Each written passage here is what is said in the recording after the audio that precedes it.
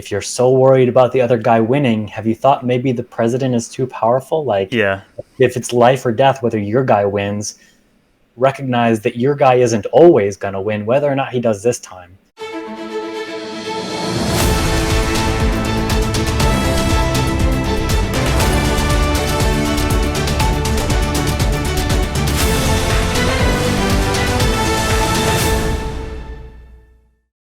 Hello, everyone, and welcome to another episode of Bigger Hearts, Deeper Minds. I'm your host, Brad Johnson, and today I have my good friend Rian here to talk politics, culture, hopefully some libertarianism in there as well, and really just kind of get to know him and dive into it. So, Rian, if you want to just kind of introduce yourself and let people know who you are, a little bit about what you do, and we can start there. Yeah, my name is Rian Czerwinski. We just connected over our shared kind of approach to politics and society. We both kind of have a more like, let's say, balanced view, wanting to go in with looking for the right answer that is, both intellectually based, but doesn't forget the humanity of the people involved and everything. And when he asked me to do this podcast, I saw the name, the Bigger Hearts, Deeper Minds, and I was like, that's the kind of stuff I like. Yeah. Nice. Glad to hear it. I mean, that's cool to hear that even your first impression of it was just, kind of right on with what I hoped people would glean from that. So that's really cool. Awesome. So first question I have for you is, you describe yourself as a self-taught engineering technician. Can you share a little bit more about that and what inspired you to work in that field? Yeah, I originally moved out of state after college, ran out of money, and some people were like, "Oh, you can just work in a factory with no experience, and they'll pay you plenty of money." And I was like, "Oh, that sounds like a sweet gig." Yeah. So I ended up doing that, and I got lucky because I ended up working at this place where they recognized my like technical intelligence with like the little machines they had or whatever, and put me in a informal engineering tech position. And I managed to leverage that in the future to get into more formal engineering positions as far as I could without a degree. Mm-hmm. And that put me in contact with a lot of different strata of society. It was I really wasn't I don't think too fondly of my time in like the rural Midwest, that I was out there far away from any civilization, but I am thankful that it gave me a lot of experience with people of all kinds. You know, you work in some factories and you'd have people like that were just the range from like the making the least amount of money to making well over 200,000, and you talk to them both in the course of your workday. They're people that would just have more, have a longer rap sheet than they did college credit list or anything. Yeah. I'll just really expanded the experience I had. I actually, when I first moved to Indiana, that was my first instance of ever seeing someone unironically. Not that that's ever in good taste, but people do it jokingly. But like someone Sig Heiled Hitler in front of a black dude, unironically. Oh, wow. It blew my mind. I was like, I didn't know. I thought like America was past this. The town I moved to was actually the site of the national Ku Klux Klan gathering, like 15 years before I moved there or something. So wow, no kidding. I was like, yeah, a lot of it really, the experience really, I forget what the exact quotation is, but something about sort of social biases being cured by reading and travel. And well, I don't think that's like a cure-all. I definitely think that just familiarizing oneself with the ways different people live and avoiding a super insular sort of, I've never traveled outside of my own city, ventured outside of my own belief system or anything, can really give you open your eyes to what other people that aren't like you go through. Yeah, that's really well said. And speaking of that, that's quite the story right there. So yeah, experiencing that like firsthand, do you feel like people like when that happened, do you feel like it was coming from a genuine place of like hate or just kind of like ignorance or a mix of both or like because I would agree when you say like I would think America's past that. It's something that you would think is so people are so culturally aware of that they're just it's not going to happen. Then when it does, you're kind of just shell shocked from every angle. Yeah, there are some circles online, especially like really progressive, really like hyper leftist circles that I've been in Mm, where they are at least some of them are surprisingly self-aware in that they recognize that they're being online all the time almost sort of privileges them to a sort of being on the cutting edge of awareness and of political development. I mean, even if you're a hyper conservative, you can't be online every day and mm, not be aware of what the leading edge of sort of political thought and editorials are or whatever. Whereas if you are just going to work and going to the grocery store every day and you're not really existing online, I even just last year I had a very leftist, very progressive partner that I'd met is sort of just as a didn't really know them super well when I started dating mm, them, mm-hmm. but they were very much like this sort of like portrait of an SJW, and I mentioned SJWs to them once, and they were like, "What's an SJW?" And I was just like, Yeah, because they're too busy like living their life, do it like just in their circles, which incidentally is pretty insular. But yeah, they just don't have the sort of like thing that some people who are engaged in a lot of the discourse and stuff would kind of think are just sort of like, well, everyone knows this or that. Um, right. but seeing people talk about the point wasn't derogatory. It was just like passively derogatory when you have someone says like, yeah, the gas station changed since the ragheads bought it, Mm, and I'm just like, what? right. And they're just like, I just didn't, I literally just didn't. It was like speechless. I'm just like I am now. I'm like Right, right.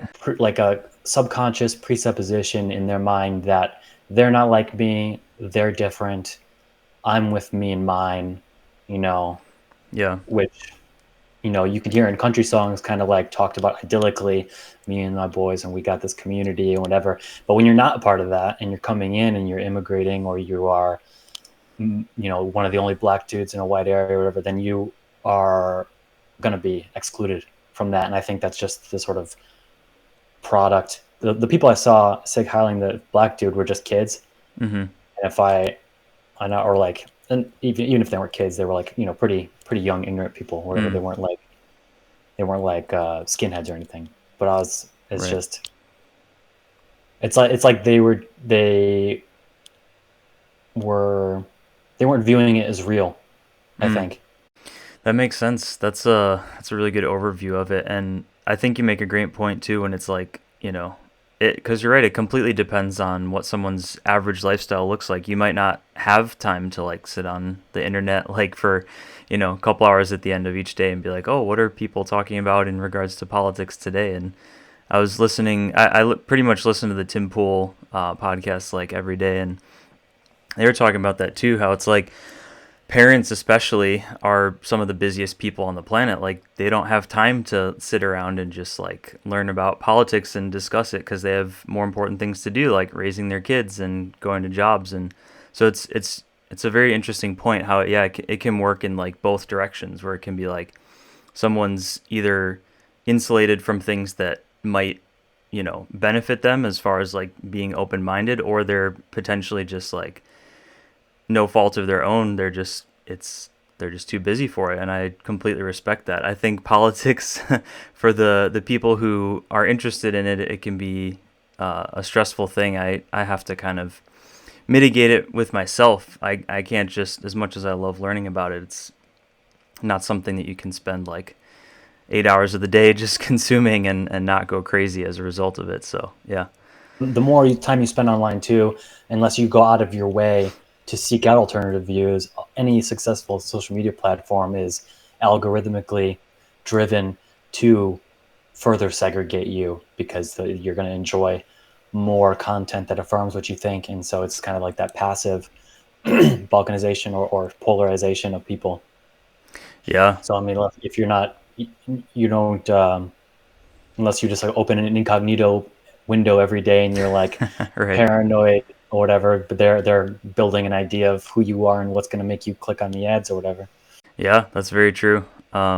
Yeah, man, that's a really good point. I don't think people, myself included, I don't think I mean, the social media algorithm stuff does get quite a bit of attention, but I think people are more prone to applying it to like other people. Like it would be like someone who's on the left saying like, "Oh, well, those conservatives are just in their echo chamber," but conservatives could be saying the same thing, and it could be equally true on the other side. So it's definitely a sign of the times that we have to contend with technology itself to, remain honest, and just open-minded. So I don't know if you adopt a sort of explicitly libertarian paradigm that you approach to this, but it's been a while since I've identified as like a capital L mm, libertarian. mm-hmm. Part of that is, well, there are a couple reasons for it, but I do have become more hesitant to be Mises capitalist, like, Mm.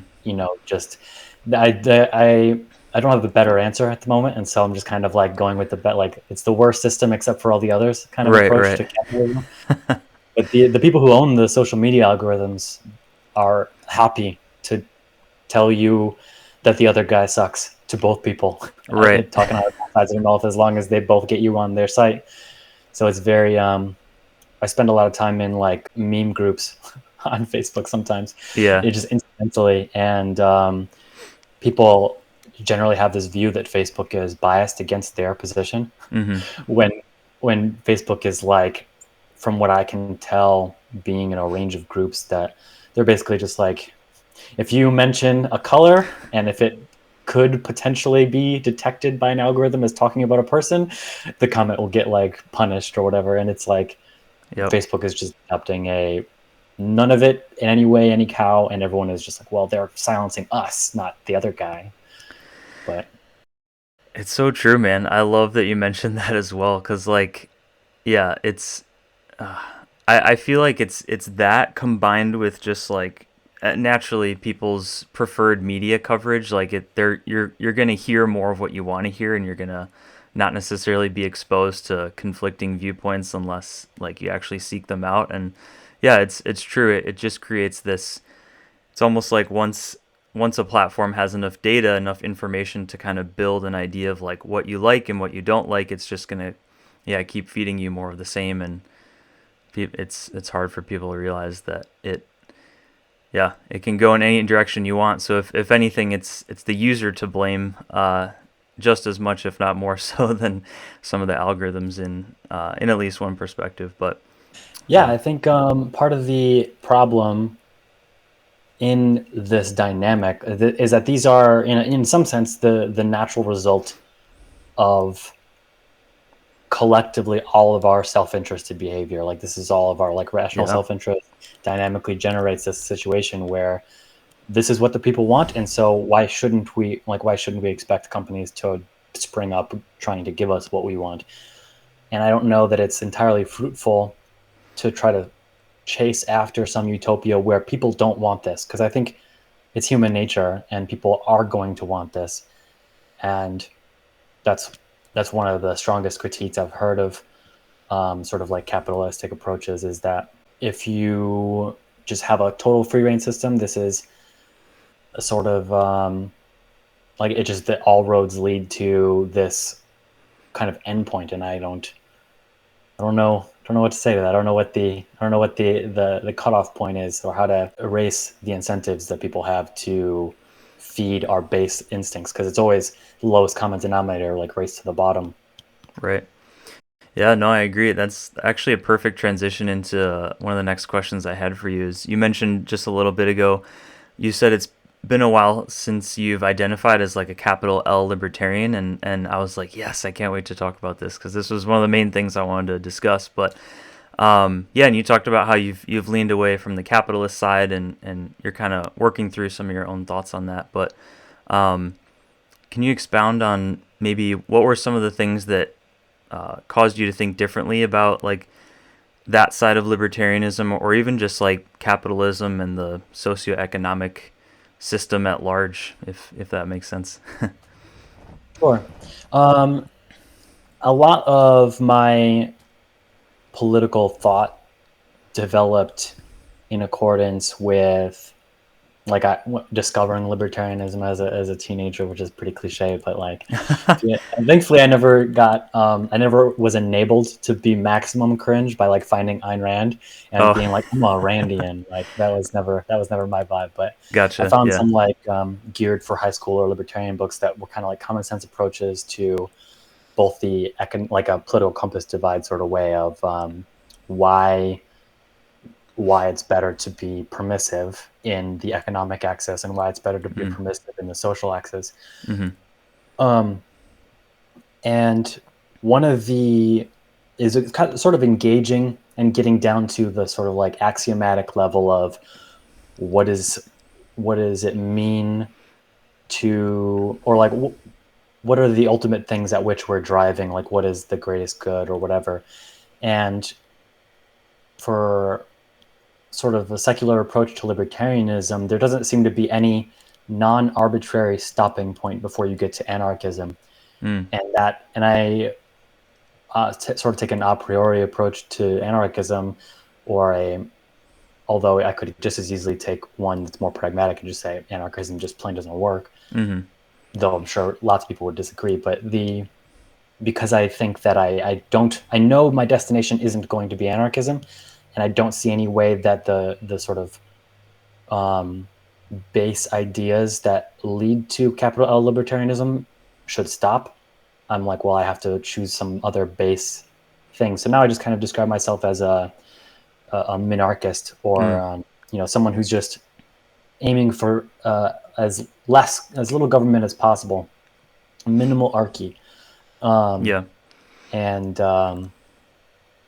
talking as far as what kind of started to jade me over hyper-capitalism is the degree to which corporations will tend to take advantage of government, and they would just find their way in bed together. And I don't see an easy way to remedy that sort of predilection.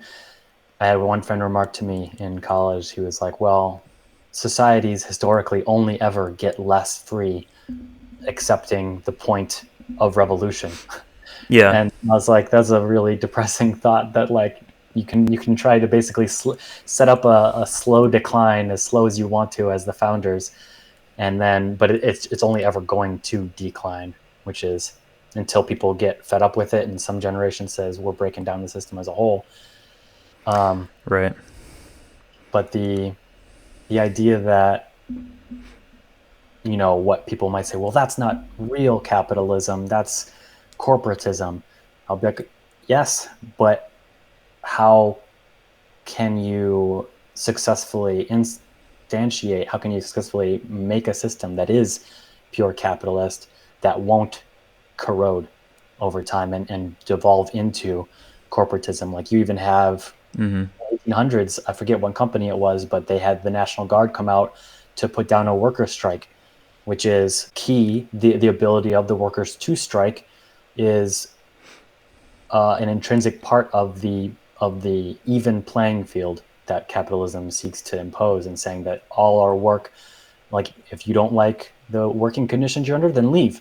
If the company is going to get the government to come in with guns until you can't leave, well, then you're not really, you're misplaced if you're trying to defend the company in that situation. It's no longer it's the power imbalance that you're bringing in, and now it's far more nefarious. They're not companies aren't calling the government in with guns, they're just regulating the little guys out of business. Right. I couldn't agree more. I feel like that was an amazing just description of the seemingly inevitable downfall that some of these kind of cultural forces and just governmental forces have, and just like you said, the critical weak spots in the capitalist system. I'm glad you touched on minarchism too, because I think something that I've seen in increasing numbers in both capital L and just regular, I guess, lowercase l libertarian circles is a lot of the libertarians that I both respect and just try to learn from is they have shifted, like you mentioned, into a more minarchist view. And I think the reason that we don't hear more about that often is I think libertarianism is still seen as, for lack of a better term, like the gateway drug into like minarchism and just anarchy and just, yeah, a lot of other kind of freedom minded ideologies in general. And it's interesting because it's like minarchism and libertarianism are not the same, but I think people just, yeah, just kind of use it somewhat in a lazy way to be like, we still want people to talk about like liberty, but we're not going to kind of put minarchism out there in the front. And to me, that makes sense from one angle because it's like most people, I think, have a skewed perception of what, you know, anarchy is in general. You hear most people hear the word anarchy and they just think like massive lawlessness and just like depravity of the worst kind. And it's like that's not what it is, and that's not what people intend for it to be. So I think libertarianism is kind of just this softer, more palatable way of describing similar principles in a way that people seem to gravitate towards more often. But yeah, I think some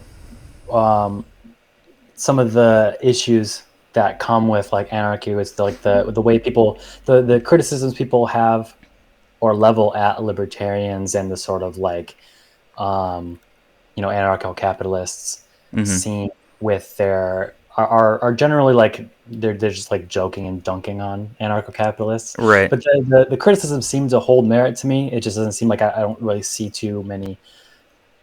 And granted, I guess I haven't purposefully sought them out, but like when people talk about like, well, should you just be able to own your your private nuclear warhead? And I'm like, well, Yeah. I don't know what the answer is to that, because libertarianism kind of forces you into a corner where you kind of have to give it a hard yes. And Right. I'm not sure that that's the wisest thing there in a Yeah. lot of different senses. Though. Right. No, I agree. There's the longer I've been, and I don't even know, to be honest, if I would consider myself like a uppercase or lowercase L libertarian, but I feel like the longer I've been in kind of liberty circles and ascribed to these mindsets, the more I realize like, wow, there's a lot of little niches of society and just like cultural questions where I'm like, yeah, I don't have the clean answer to that I thought I did, but yeah, I think it's some of the stuff you were talking about too made me think about how another friend brought up the point like sometimes it seems like we're too quick to ascribe labels almost as like if like, you know, if Rian and Brad are like libertarians or whatever we are, then that must mean that they think this and you can't be a libertarian unless you think that or whatever, or you must be a conservative because you think that. And it's like I think if we were willing to let go of the labels a little bit to see like where people have common ground, I feel like that would be so beneficial. But I feel like people don't necessarily want that because it makes it easier to think something of someone if you have that label on them, and I think that's something that we're all guilty of to some degree. But it's a messy issue. It's a complex thing because it's like how do you talk with people about conflicting views without needlessly like ascribing certain labels to those views, you know? Sure. But Yeah. There's I mean, that's what I was going to say earlier. Actually, when I at my Facebook profile, I actually have myself as a bleeding heart monarchist. oh yeah, It's I sort think of it's like because a lot of the more into the sort of social aspect of politics I've gotten, the more SJWE I have gotten. I just tend to take more of a private sector solution. Sort mm, of like I don't know that the government's fixing this for us is the solution mm-hmm, so much as it is like because I'm at more my advocacy in that area tends to be more of one of awareness and sort yeah, of like there are imbalances in what have you, and I think that we should work as a society together. Like this is the whole point, is that we should be taking collective responsibility, and that's the only real antidote to the sort of slow slide into tyranny that everyone views as the great evil we're supposed to be avoiding, which I think is kind of inevitable to a certain degree. But right, and part of the reason for that is that monarchism is a sort of unsexy term to use, is because it kind of counters until at least until it rises up into a sort of cliche. It kind Right. of counters the ability of people to say, well, there's libertarian.com that tells me what you believe if you call yourself a capital L libertarian, and minarchism is fuzzy, it's complex, it's nuanced, and people don't want nuance. People want, are you Democrat or Republican? Right. I mean, already saying I'm libertarian is frustrating to many people who would seek to, well, no, which one are you? Like, let's see, there's a quotation from one of my favorite books called I and Thou, Mm. where this guy makes a commentary on the sort of nature of men's relation. And he says, in the introduction from Walter Kaufman, he says, the good way must be clearly good, but not wholly clear. If it is quite clear, it is too easy to reject. What is wanted is an oversimplification, a reduction of a multitude of possibilities to only two. But if the recommended path were utterly devoid of mystery, it would cease to fascinate men. Since it clearly should be chosen, nothing would remain but to proceed on it. There would be nothing left to discuss and interpret, to lecture and write about, to admire and merely think about.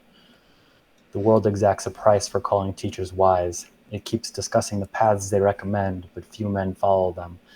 The wise men give endless opportunities to discuss what is good. And in another part, he says something about how, or he says, not all simplicity is wise, but a wealth of possibilities breeds dread. Hence, those who speak of many possibilities speak to the few and are of help to even fewer. The wise offer only two ways, of which one is good, and thus help many. And it's that sort of thing, like when you say, Mm. like, well, there's this political compass, and Democrats and Republicans are both on the top right, to like in the grand scheme of things, Right. and people want to restrict it to just that little bubble where, like, well, there's all these sorts of fringe ideologies where you can live. Like, just the other day I was talking about the real virtue that could be brought about by a thing called a lautocracy, where you kind of like pick who's president this week from everyone in America and just Mm. sort of randomly pick the president that way, which I think has real merit to discuss, though only more as a thought of experiment, because you aren't going to convince 300 million people in 2020 Yeah. to do that. But these sorts of things require a real empathy and cognitive willingness, both ability and willingness, because they're very different, to recognize things and reality itself as imperfect and fuzzy, and to hold definitions loosely. But when, like you say, monarchism isn't popular, I mean, the whole reason we have a two-party system, aside from first past the post, is that there's kind of a willful reduction people want to sink into comfortably into Right. us versus them. Yeah. Oh man, you touched on so much good stuff there. I wish I want to like break down all of it, but no, that was super well said. That quote, by the way, was phenomenal. It's so true. It's that was certainly a quote from an intellectual to be appreciated by anyone who's willing to step into that realm and to grapple with the things that writer is talking about.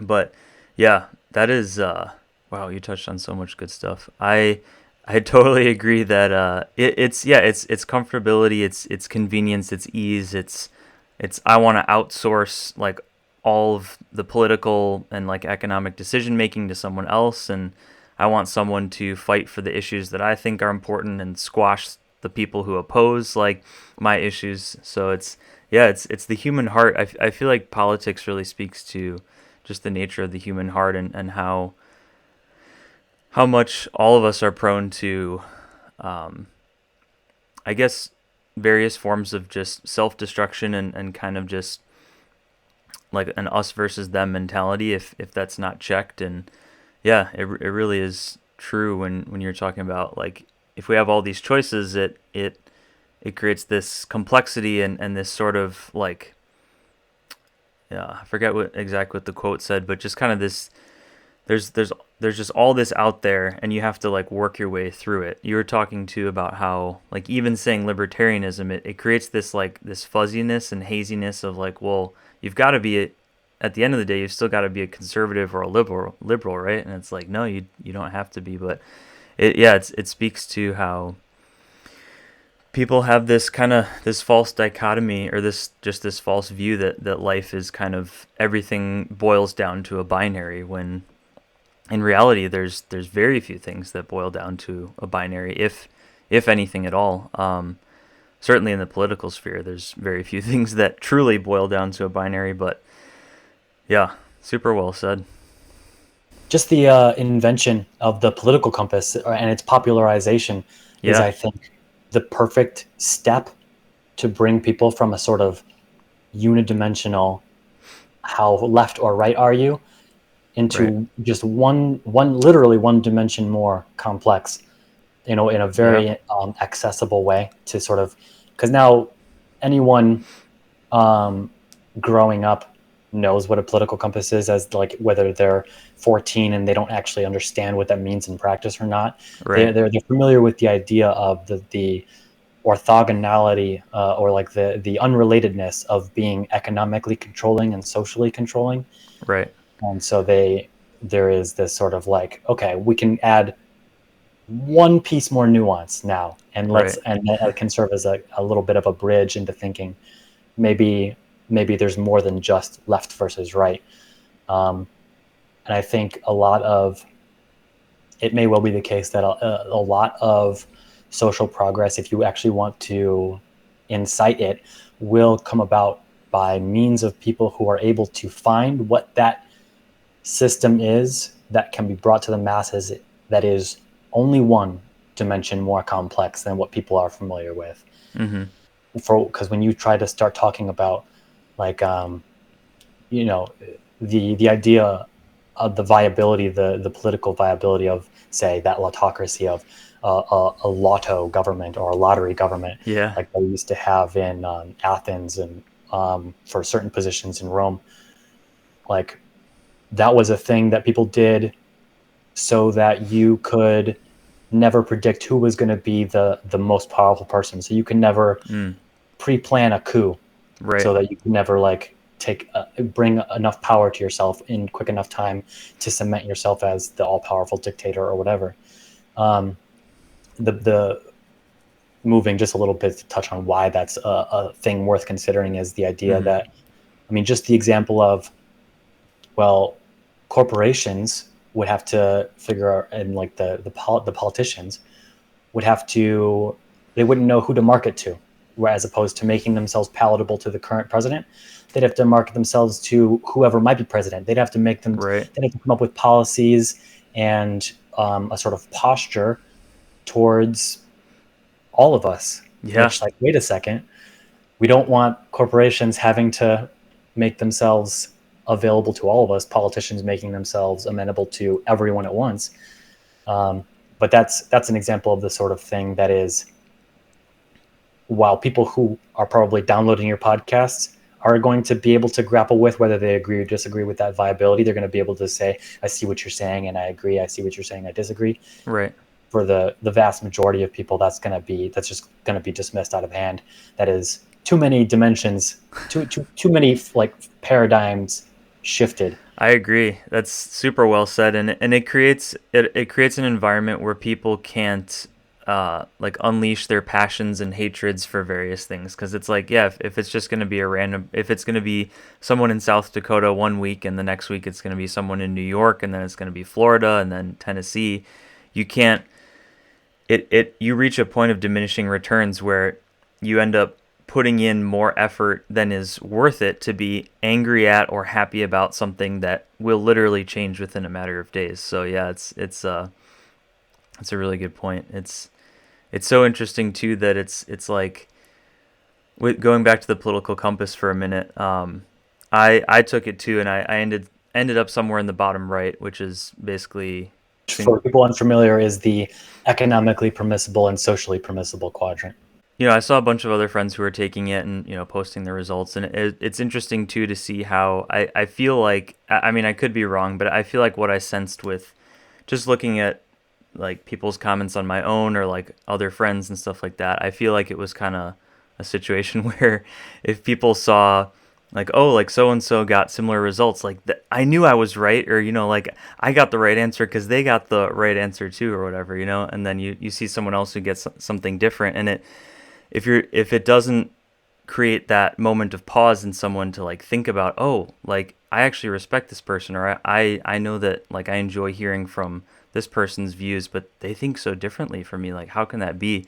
I just find that so interesting that it's still, like you said, even though things might just be like one dimension different, or people can, get any result, but they're still kind of looking at it through this binary view of like this person is right and this person is wrong. So, yeah, it's really interesting stuff. Well, first I'll say that someone I think is doing that sort of one dimension different, and I touched on this earlier with the reason why we have two parties is that first past the post as a voting system, which was the current U.S. federal election vote counting system. Mm-hmm. In first past the post, you have whoever has and I'm probably going to be using the wrong terms here, aside from Googling them to be sure, but like Mm-hmm. whoever has like a raw plurality, whoever has enough votes to win without any doubt between two is going to whoever gets the most votes, period, wins the election. Mm-hmm. And in game theory, you're better off just putting all people who roughly think like you to try to form 51% voting block and win that way. Right. And it disincentivizes your choosing third parties for spoiler effects on voting and all sorts of different sort of like game theory ways. One of the biggest things we can do is to change first past the post as a voting system, and in that way increase our ability to vote for who we really agree with without worrying about gaming the system. Right. Well, I want to vote for Gary Johnson as a libertarian. I want to vote for the Green Party because I really care about the environment, but I guess I'll vote for the Democrats because I know the Green Party isn't going to win. Right. If you can come up with a voting system to eliminate that concern, you can have people voting their conscience wholesale and not feeling like they're doing a disservice to the actual country or anything like that. It really challenges my sense, like in my deepest part of my being, that there's always a perfect solution, but mathematically it's actually impossible to have a perfect voting system. I don't fully understand the math involved in this, but there's like certain dimensions to voting as far as fairness, the ability to game it and stuff, and there's no voting system mathematically possible to solve them all, which just hurts in my heart. But a better one than first past the post is just ranked choice voting, of those ones. And there's a page in Illinois where I think we both live to try to advocate on the state level the institution of ranked choice voting on any local or state level elections.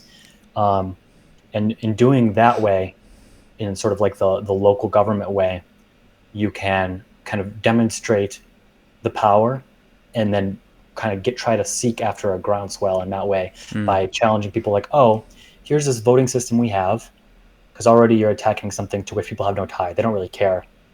Well, they may care, but they don't have any emotional investment in how their votes are counted. Right. The method used.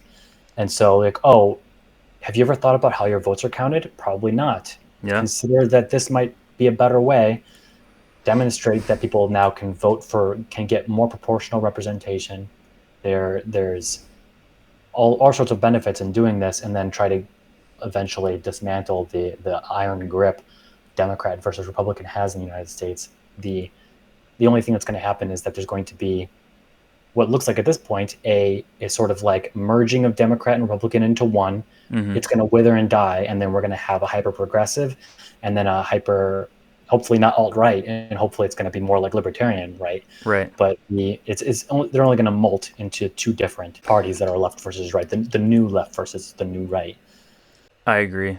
Yeah, no, that's amazing. I'm so glad you mentioned ranked choice voting. I felt like you were headed in that direction, and it's so true. It's one of those things where, I mean, I can't say that in my own discussions with just family and friends, I can't think of many people who are even familiar with what that is unless they've spent a considerable amount of time just researching political news and just being involved in the political sphere. And that's no that's not to discredit anyone. It's No, this is very niche, and it benefits in that now people don't have any emotional attachment to argue through.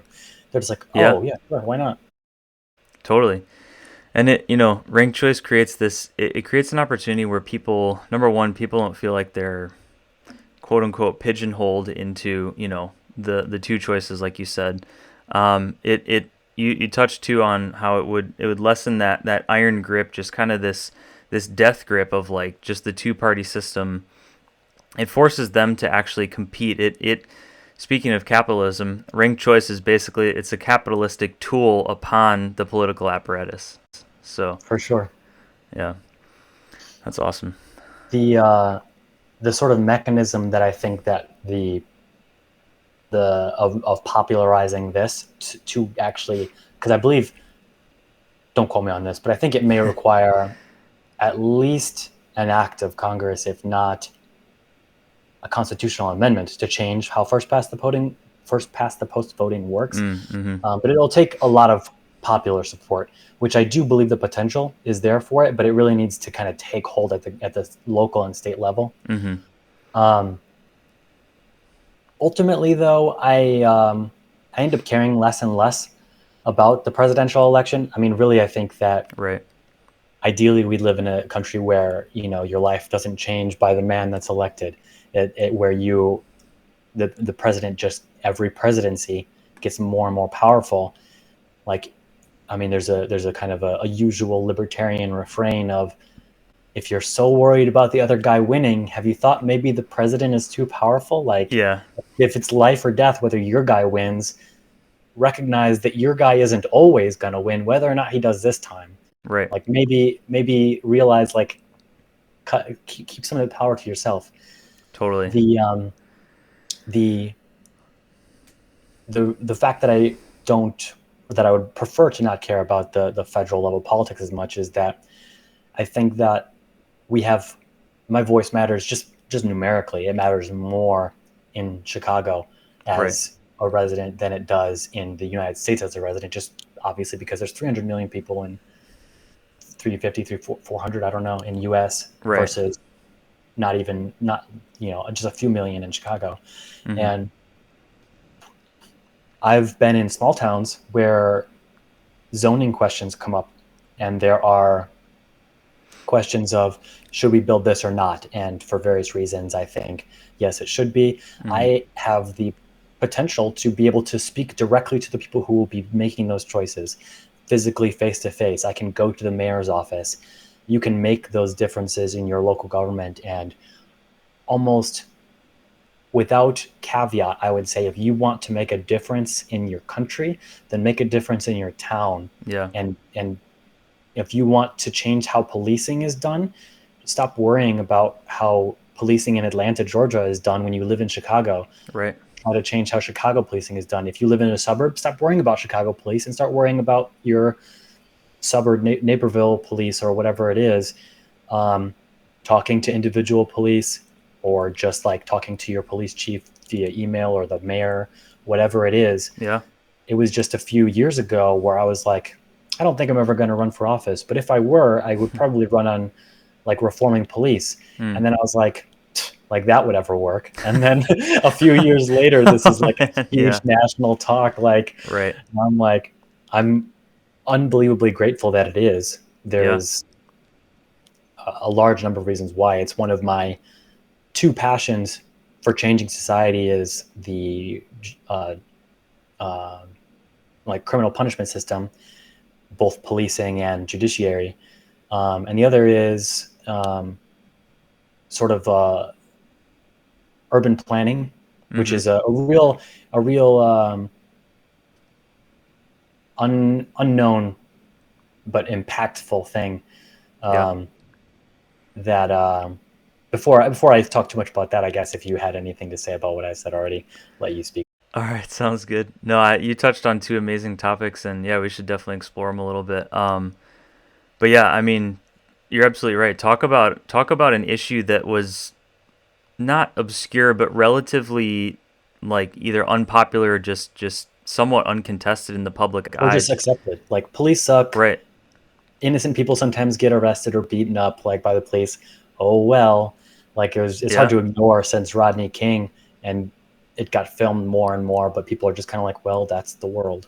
Right. And then it just, overnight, just with, I mean, there's too many to mention, but obviously the big ones like George Floyd, Breonna Taylor, Ahmaud Arbery, just obviously we could list names forever, and all, anyone who's ever been a victim of police brutality deserves to be, known. But yeah, no, I would love to explore that a little bit more. So yeah, what if you were, I guess, if you were kind of like building a campaign now and taking in everything that you just mentioned, where it's like number one, police reform, we need it. Number two, think local, not super national all the time. And then I guess number three, like speaking to people's passions, I guess, in an ethical way. I feel like I'm kind of inferring that from just some of our conversations so far. What would you, how would you kind of build your campaign, or what do you think that you would like tackle first if that were still like a current consideration of yours?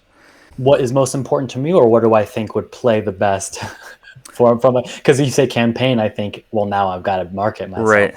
That's a good question. I think, how would you speak to others? So yeah, how would you market yourself? I would be, as me, I would be running locally. So I would be focused on that local thing. I would be talking about making a difference in the community in which I'd be running. I mean, the specific changes that I would want to see.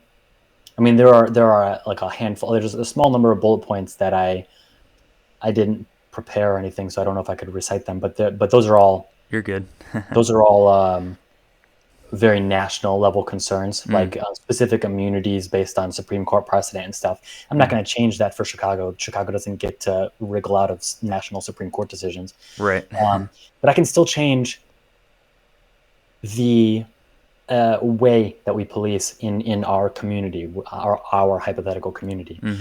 I listened to a excellent podcast recently, or actually, I'll just say, use this opportunity to name drop a few. Like, This American Life has been instrumental in changing a lot of my political thinking. And it does it very passively. It's almost as if you are traveling when you are listening to This American Life. Oh, cool. You kind of gain a sort of slice of life view, whether politically loaded or not, from anywhere in the nation. And it really does kind of give you an expansion of your perspective of what it's like to be rich, what it's like to be poor, what it's like to be a car salesman, what it's like to do this or that, and the sorts of concerns and experiences that you can expect to encounter in those sorts of things. One of the episodes of This American Life is an NPR show. One of the spin-offs of one of those NPR shows, I think it was, or actually may not have been NPR, may have been the show. What is that? There's a philosophy podcast. I'm actually going to see what this... Sounds good. I'm curious. I'm always looking for more podcasts myself, political or not. Well, the show itself was about Hi-Fi Nation, HI-PHI Nation, product of Slate podcasts. Okay. They had one on policing, and part of the point they made was you don't get arrested for violating a crime. And the reason for this is that everyone's committing a crime all the time. You don't get pulled over for speeding. Everyone has driven past a cop while speeding and not been pulled over. Right. There's plenty I could say about that. I have an issue with speed limits from a philosophical standpoint, in that they just sort of provide the sort of blanket justification for pulling over whomever they want, given that now everyone's a criminal. But the issue is that we choose what crimes to enforce based on what we tell the police to do. When we put 10% of police in homicide and 30% in traffic enforcement, we're going to see a lot more traffic enforcement than we do homicide follow-up. And to a certain extent, we need more cops in traffic enforcement than homicide. There are more people driving and almost killing people every day than there are people purposefully killing people every day. That's very true. But when you overload, when you have a disproportionate application of police resources, you end up with unjust outcomes. And they're looking at those and developing reforms to apply to those. You end up with a lot of good from a little bit of effort, just a little bit of investment of effort. There's the principle, the 80-20 principle, where you can get 80% of mastery in a skill from just 20% of the effort. And then you need 80% of the effort to get that last 20% of mastery. Right. The same thing applies in changing policing. Say that you can get 80% of the reforms you want with 20% of the effort if you apply it efficiently. One of the ways that one of the stories they covered, I believe it was in Hi-Fi Nation, if not This American Life, was a woman who got a notoriously a jail notorious for its unjust treatment of prisoners, essentially shut down for lack of business by looking at what the most arrests by volume were, and they were for things that were popular to decriminalize. So like, it wasn't as stupid as jaywalking or littering, but it was something like that where you're like, should people really be spending a week in jail for this kind of BS that's selectively enforced anyway? Right. Which again goes back to giving rise to that sort of unjust enforcement. But when you are hamstringing the ability of the justice system to be unjust, you end up with obviously a more just justice system.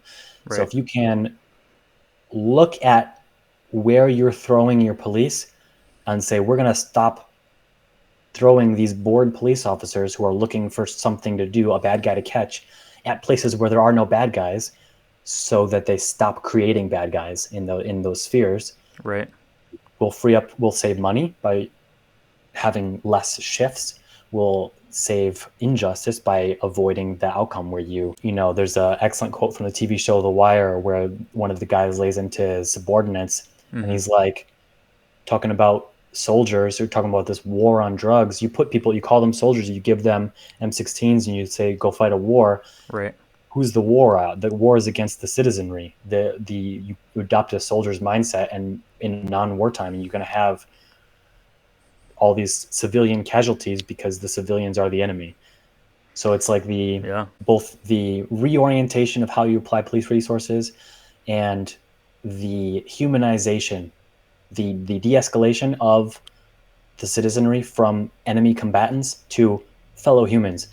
I've heard stories from police who switch from night shift to day shift, and they're driving through these places where you and I, since we're not packing when we're walking through the street, right, we wouldn't want to go there because we're at risk, just because we're normies, basically. Right. We don't want to walk through these streets, and the police know that. The police view this as hostile territory. Right. And they come through in the morning and they see all the moms and dads going to work, moms have their kids out to play, they're watering their lawns or whatever. Right. And they're like, it's literally night and day.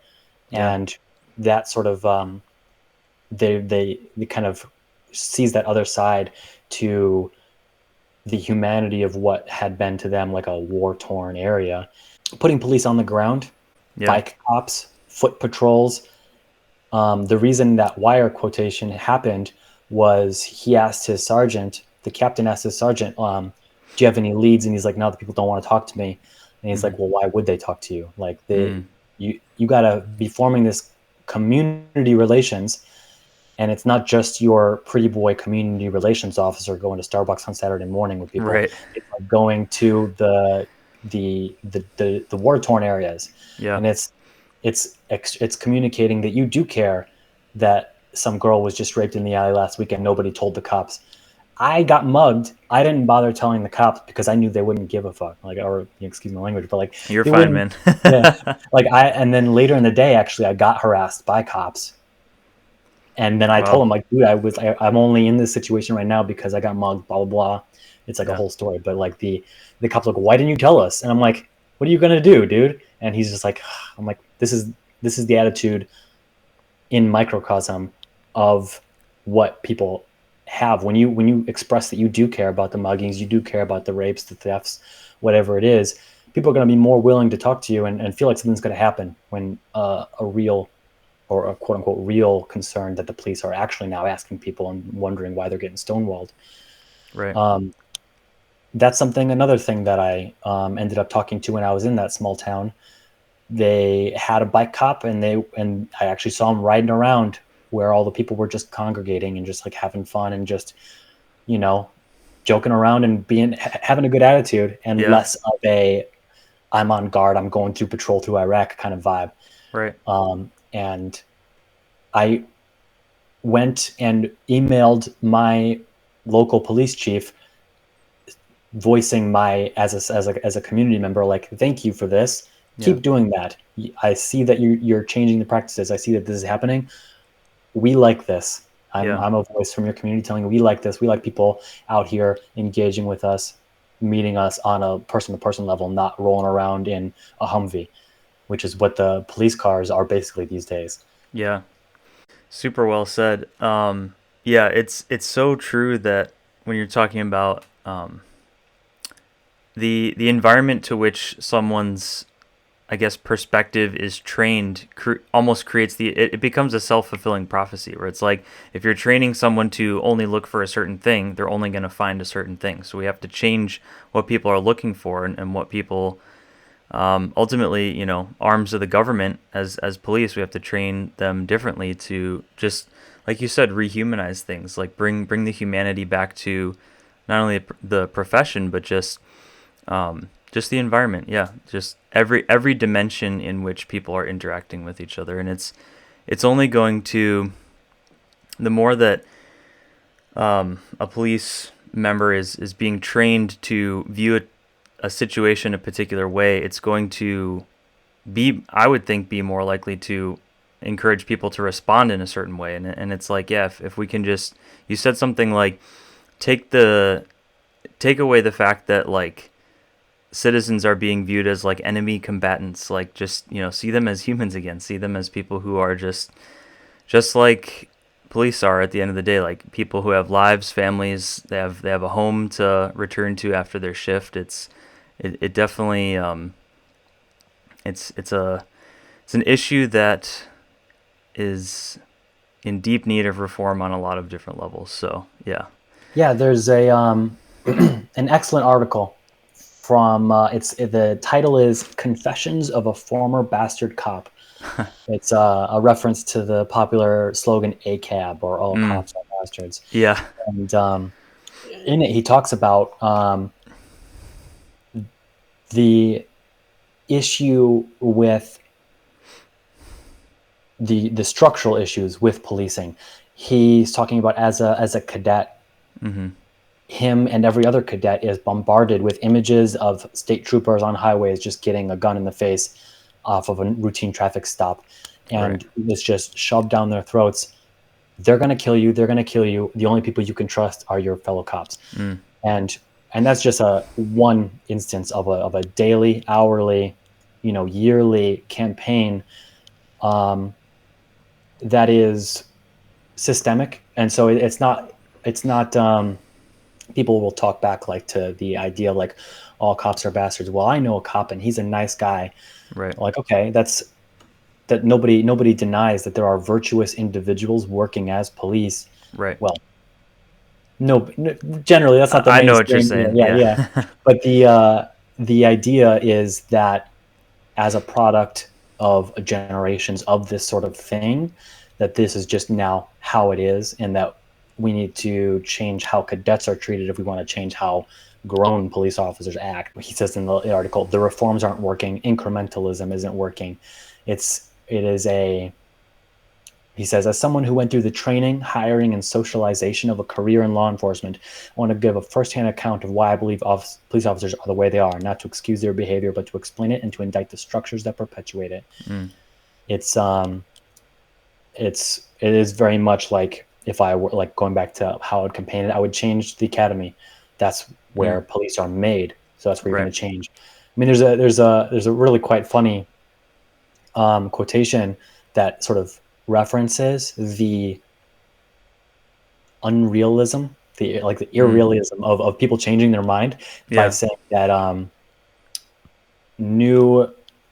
what is that? Let's see. He says Planck's principle, the same Planck that to whose name was given to the Planck length. Scientific autobiography. Okay. He says science progresses one funeral at a time. Old scientists don't change their minds; they just die off. In the same way that we shouldn't really expect police to change. We should expect them to retire. That's the abusive, coercive police structures aren't going to be reformed so much as we're going to just grow up better ones to supplant them. And so Right. changing academies, changing how police captains are chosen, how police chiefs are chosen, that kind of thing is going to be huge.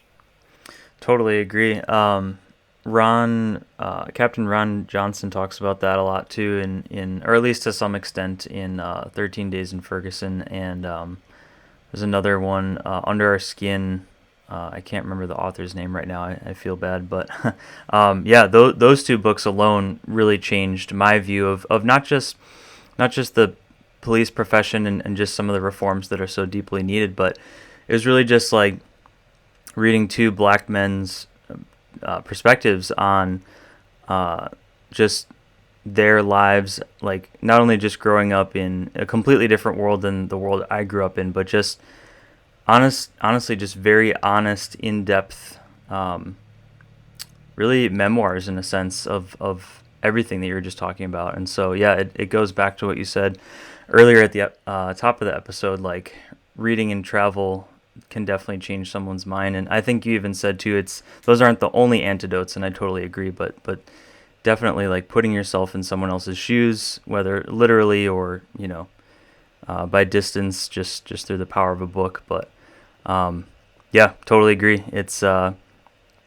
reforms are definitely deeply needed, and from the bottom up. I could be wrong on this, but I'm pretty sure I read that American policing requirements to officially step into the profession are drastically different from that of other countries, where you don't need as much education. Yeah, you don't need as much experience. The bar is just a lot lower, and I think it speaks to the fact that you're always going to attract a particular type of talent and people who are more committed to a type of profession if the requirements are more stringent and if they are just more focused on quality over quantity. And I love what you said earlier too. It's like most people would agree that most people don't think that like every last single police officer is like, out there to like hunt people down or whatever. And I totally agree.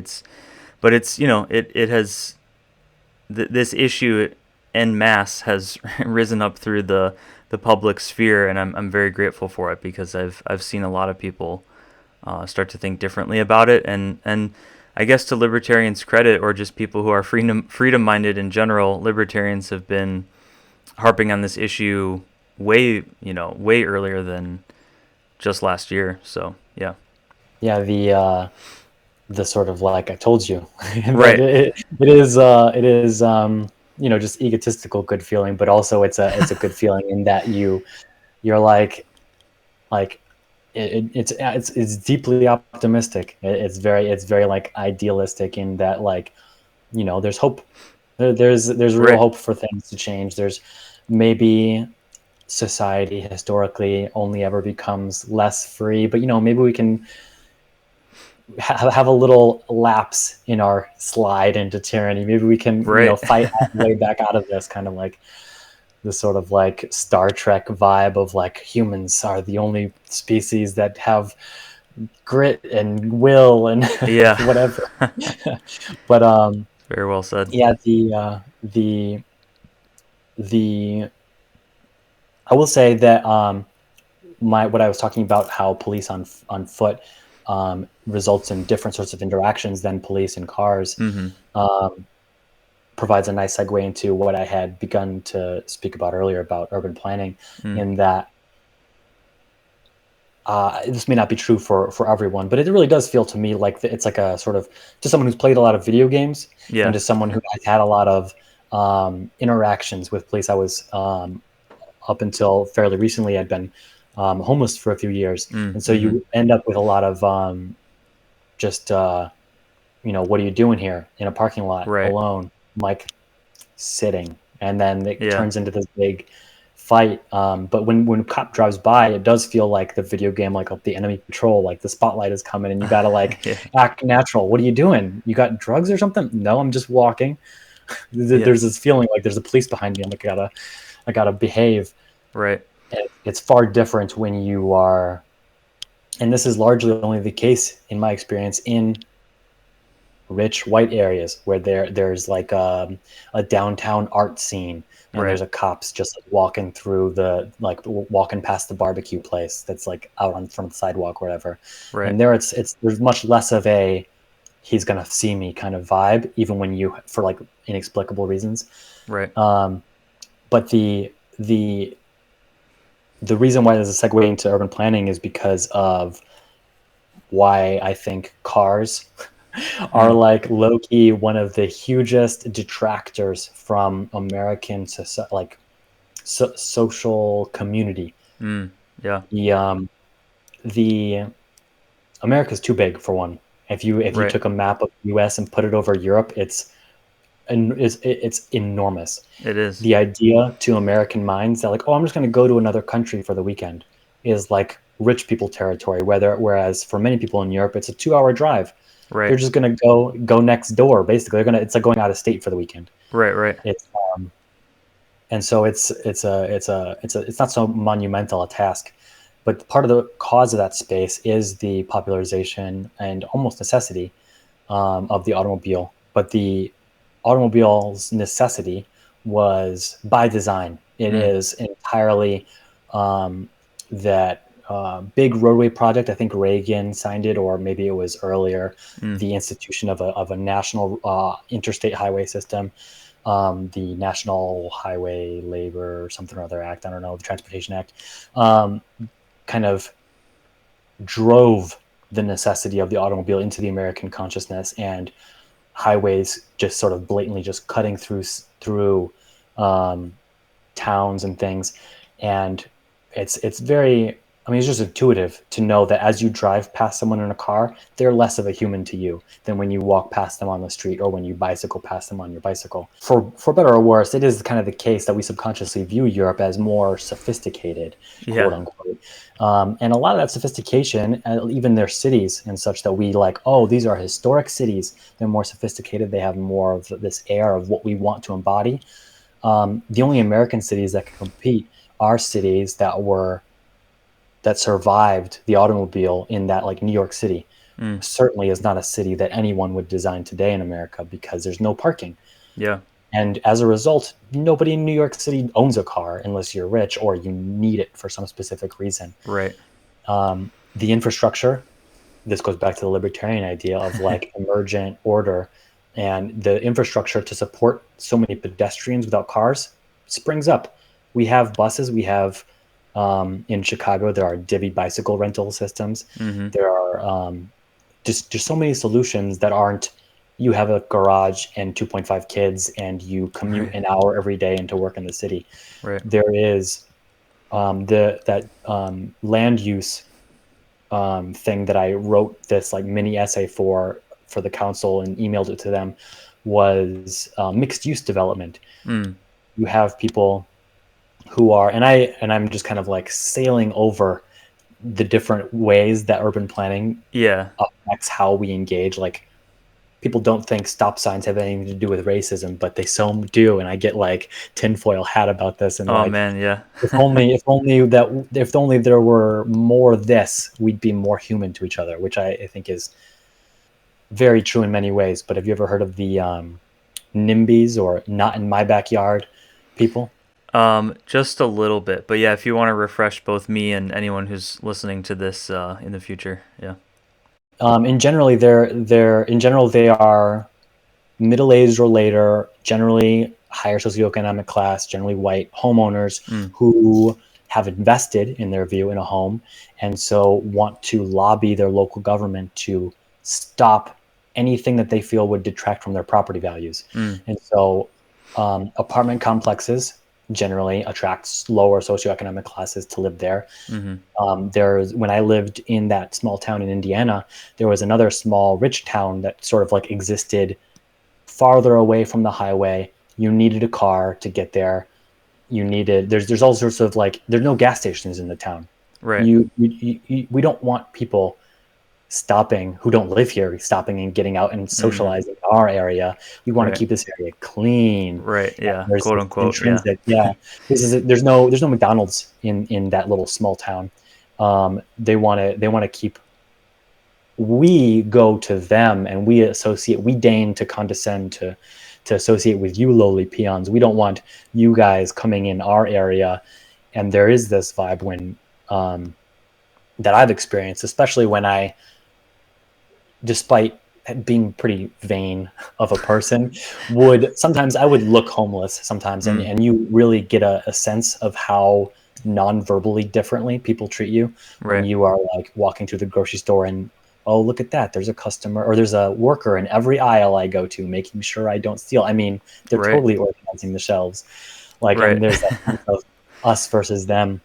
And when you do allow that sort of land development that allows apartments above grocery stores, and you have this sort of live, work, play in your community, you have the I forget what they call them in Mexico, but or in Spanish, but there's a term for that sort of like everything you need most of the time. It's just a corner store that serves as a whatever you need to buy. You buy your groceries once a day. Right. You don't need you go down and people, you pass them on the street, you work within bicycling distance. And there is not this insularity where my dad, for example, lived an hour away minimum the whole time growing up in the suburbs in his house that he worked very hard to achieve and kind of manifest the American dream kind of style. Right. But as a result, he doesn't really know what it's like to live within walking distance of his job site. He's a construction worker. And now he's gotten pretty high up, but not to make a construction pun, but I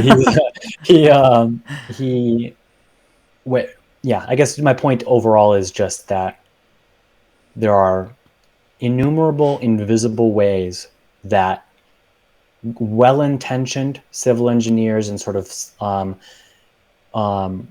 city officials give in to sort of plans for cities that benefit the people giving them money to choose those things. Ford wants highways built across the United States. Ford wants you to buy cars. And when you as a politician give in to those influences and you think, well, how can this hurt communities? You don't see that 50 years later, there's going to be no cross-pollination and thus high degree of polarization between these communities that are just miles apart from each other. And bringing back that organic cross-pollination is, I think, one of the most visceral ways that you can end prejudice. And it's not, the internet has enabled cross-pollination way, exposure to new things, but it also ultimately trends toward segregation, finding your niche. And now with the internet, there's 8 billion people. You can find your hyper niche. Right. You can find the people that think exactly like you do. Yeah. And you're no longer forced to find the people that think more like you than not. Super well said. When you were touching on just all the civil engineering stuff and just how people are, essentially what's happening is it's like, some businessman comes along or some governmental agency comes along and says, we're going to hire you and we're going to pay you X amount of dollars to do whatever. And to most people, like you use the phrase good, well-intentioned, and I totally agree. To most people, it's just like, well, I just want to do what I'm passionate about for a living and I want to make good money doing it. And in 99% out of 100 cases, there's nothing wrong with that. But it takes time.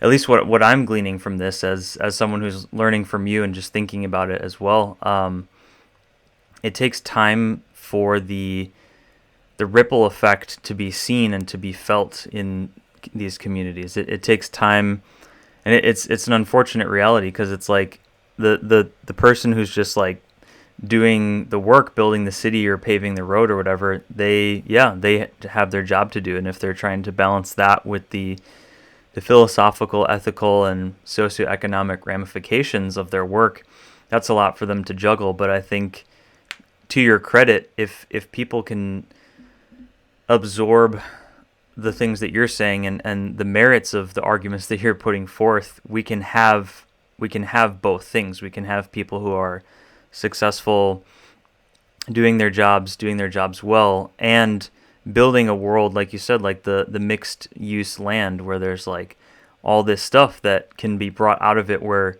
no one has to be walking away with like, anything to their detriment, and we can be creating this harmonious world that, frankly, everybody says they want.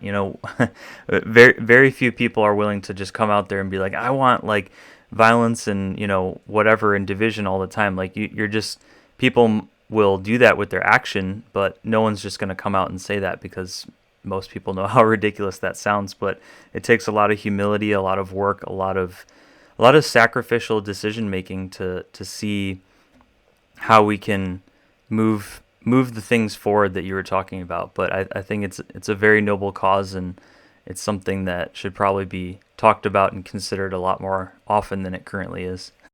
Yeah, to anyone interested about this, some of the as a medium, video essays are some of my favorite informational content to consume.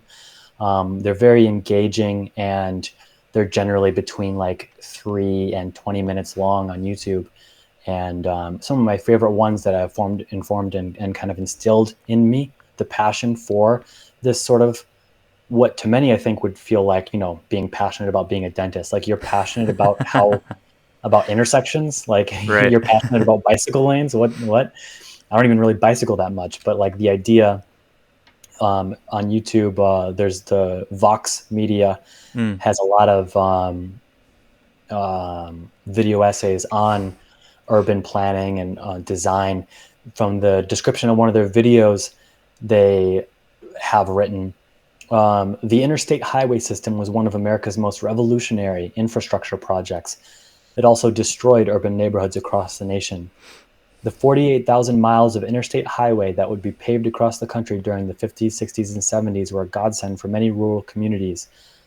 It goes on later and says, but so why did the cities help build the expressways that would so profoundly decimate them? And the answer involves a mix of self-interested industry groups, like I was saying, Ford wants you to spend money on tires and cars, design choices made by people far away, again, not really relating to the not having face-to-face, not walking the street instead of driving it in your car as a cop or whatever, not really understanding what people go through.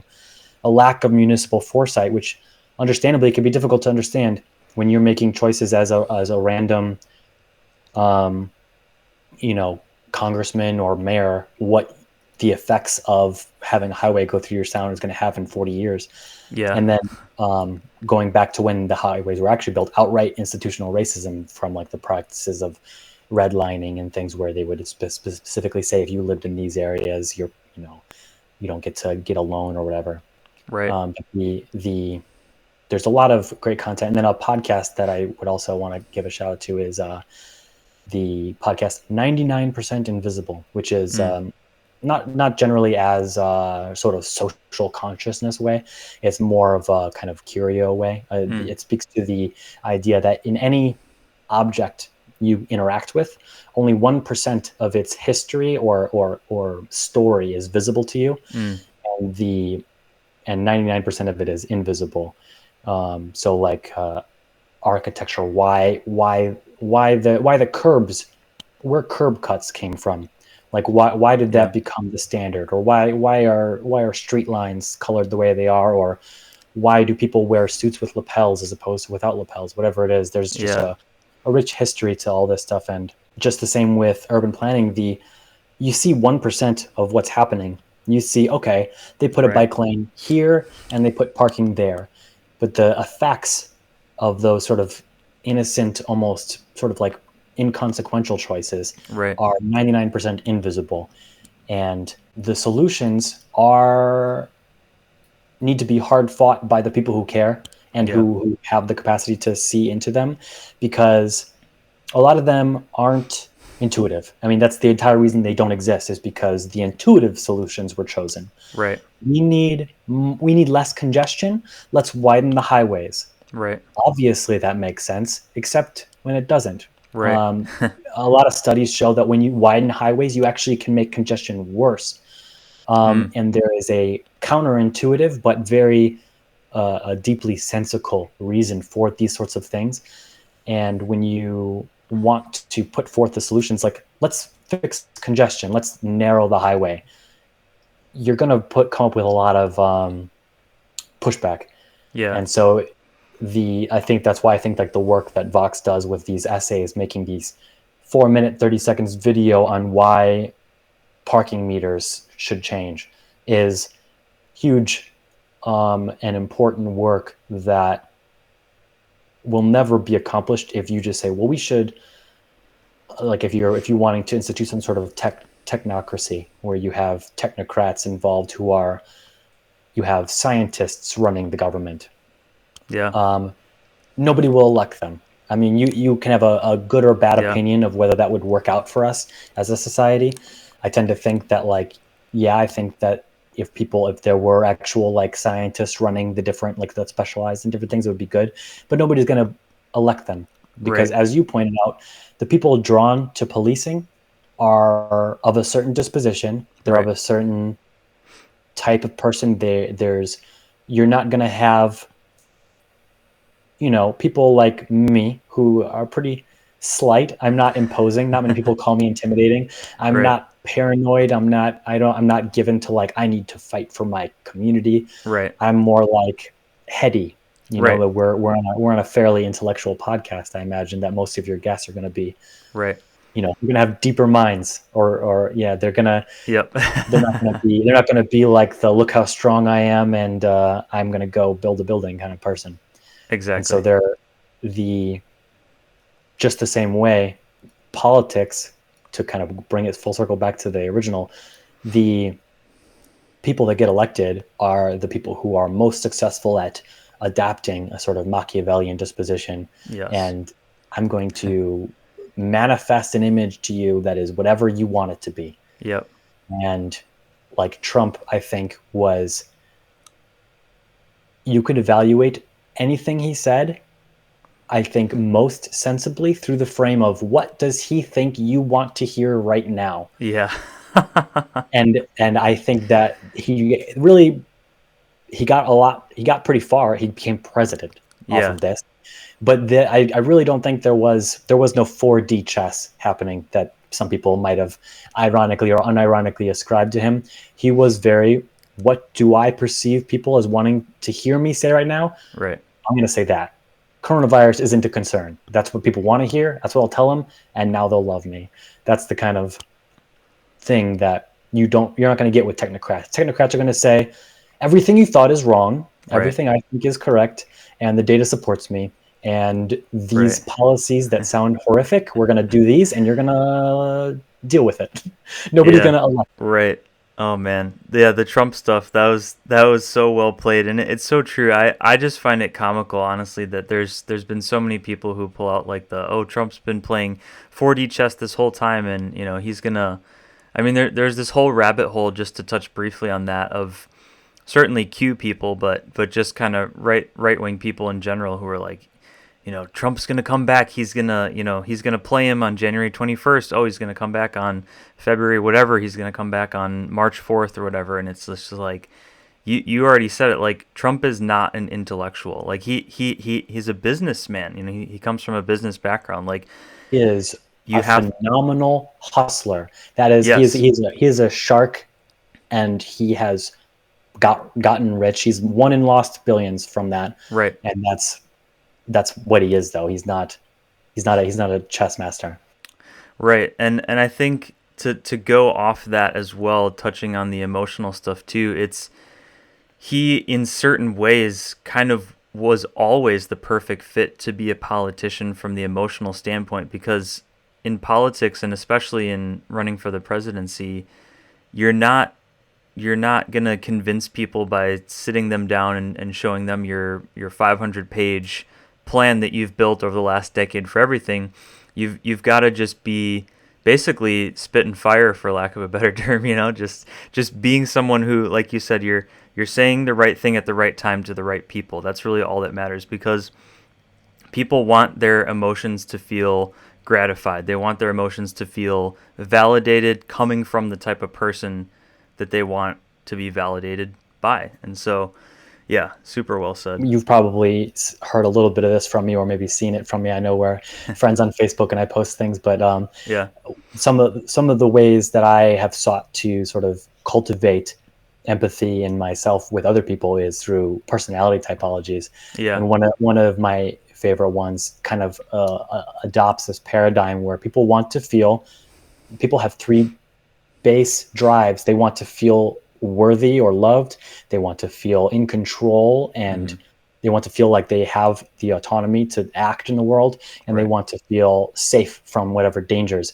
And if you as a politician can say, your tribe is loved, you personally are safe from like the things that you fear, and I'm going to give you the tools to be autonomous in the world and act out your agency, then you're going to be successful regardless of whether that's true or not. Right. I love that. Yeah, it's speaking to people's core desires. That is very true.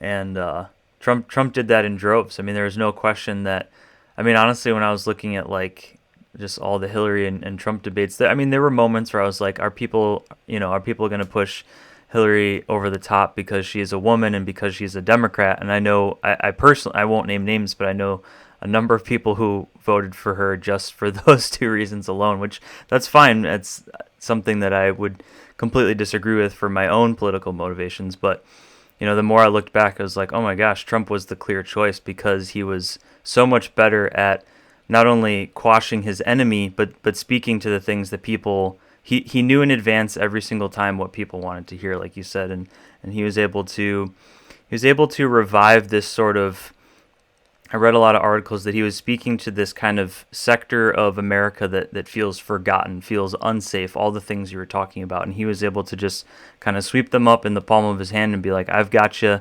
and that was good enough for them. So when you say Trump was always the choice, you mean, of course, Trump was always in a better position to capitalize on the electorate and win.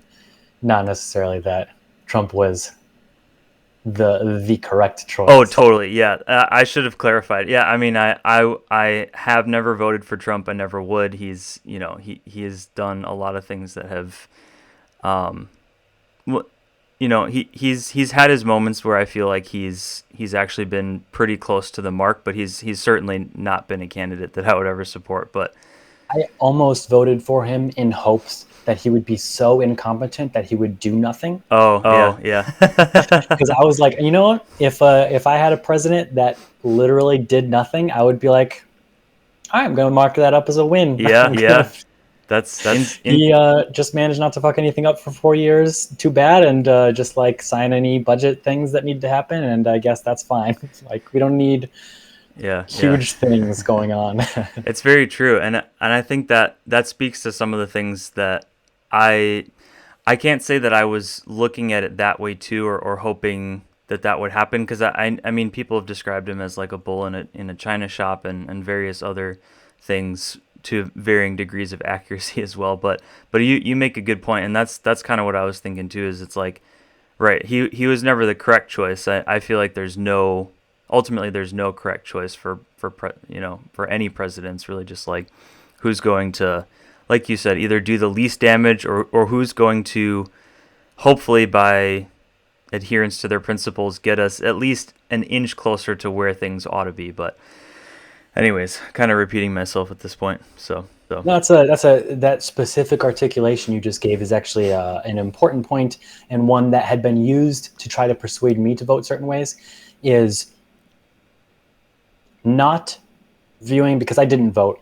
for either Hillary or Trump. Mm-hmm. And people would say, well, I mean, part of this goes back to first past the post, that like, you're spoiling the vote for the whatever. And to view the don't vote, quote, only for the person who agrees with you.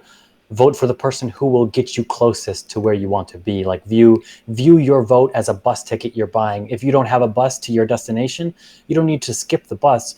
You could say, oh, this bus takes me halfway there. I'll just ride this one then. Right. And that was an impressive little tidbit of rhetoric that made me stop and think, because I have definitely been the person who is, I will wait until there's a bus to where I want to go, and I'm not getting on any bus before that one. Right. And sort of been obstinate, making the other articulation is, don't make the perfect the enemy of the good, and don't say that I'm waiting until I get exactly what I want, and I'm going to reject anything that's halfway what I want until then. Yeah, no, super well said. I love that.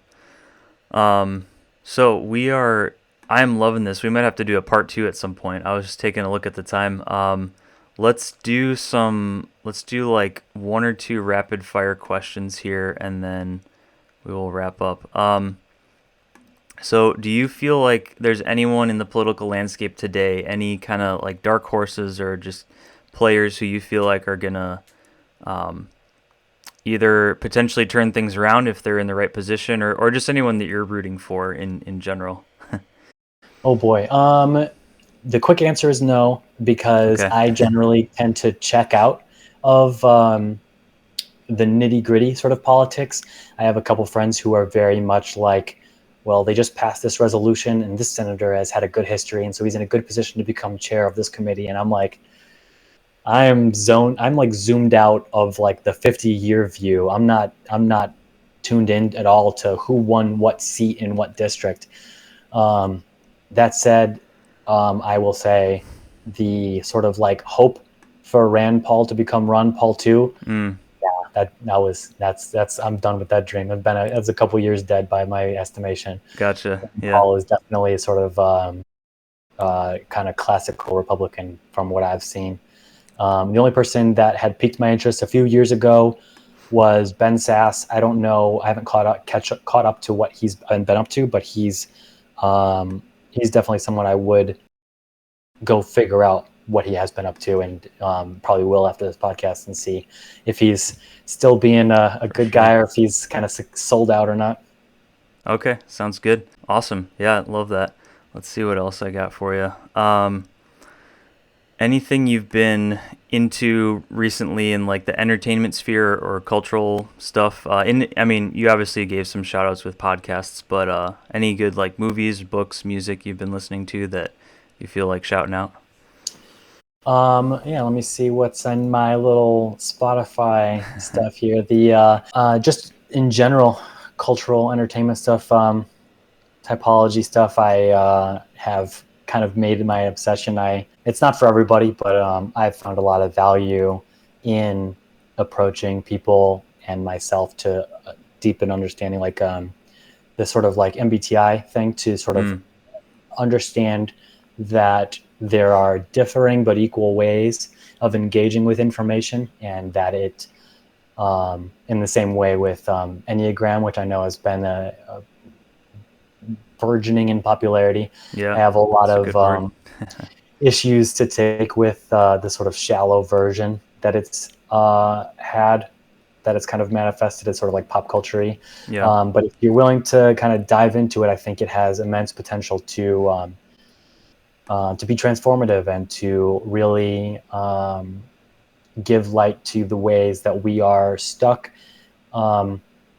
with on a very, very deep unconscious level, and that when some people act in a certain way, understanding, kind of intuiting where they're coming from, and understanding that is something that like literally makes them terrified on a way they can't have words, can really make you compassionate for like the people, like say SJWs. If SJWs piss you off and you're a Republican dude, understanding, or like say, or if you're an SJW and you see those Republicans who are like, the Muslims are going to come and they're going to put Sharia law here, like understanding that that's something that is literally will make them literally burst into tears, literally terrified, is just so human. It's hard to ignore.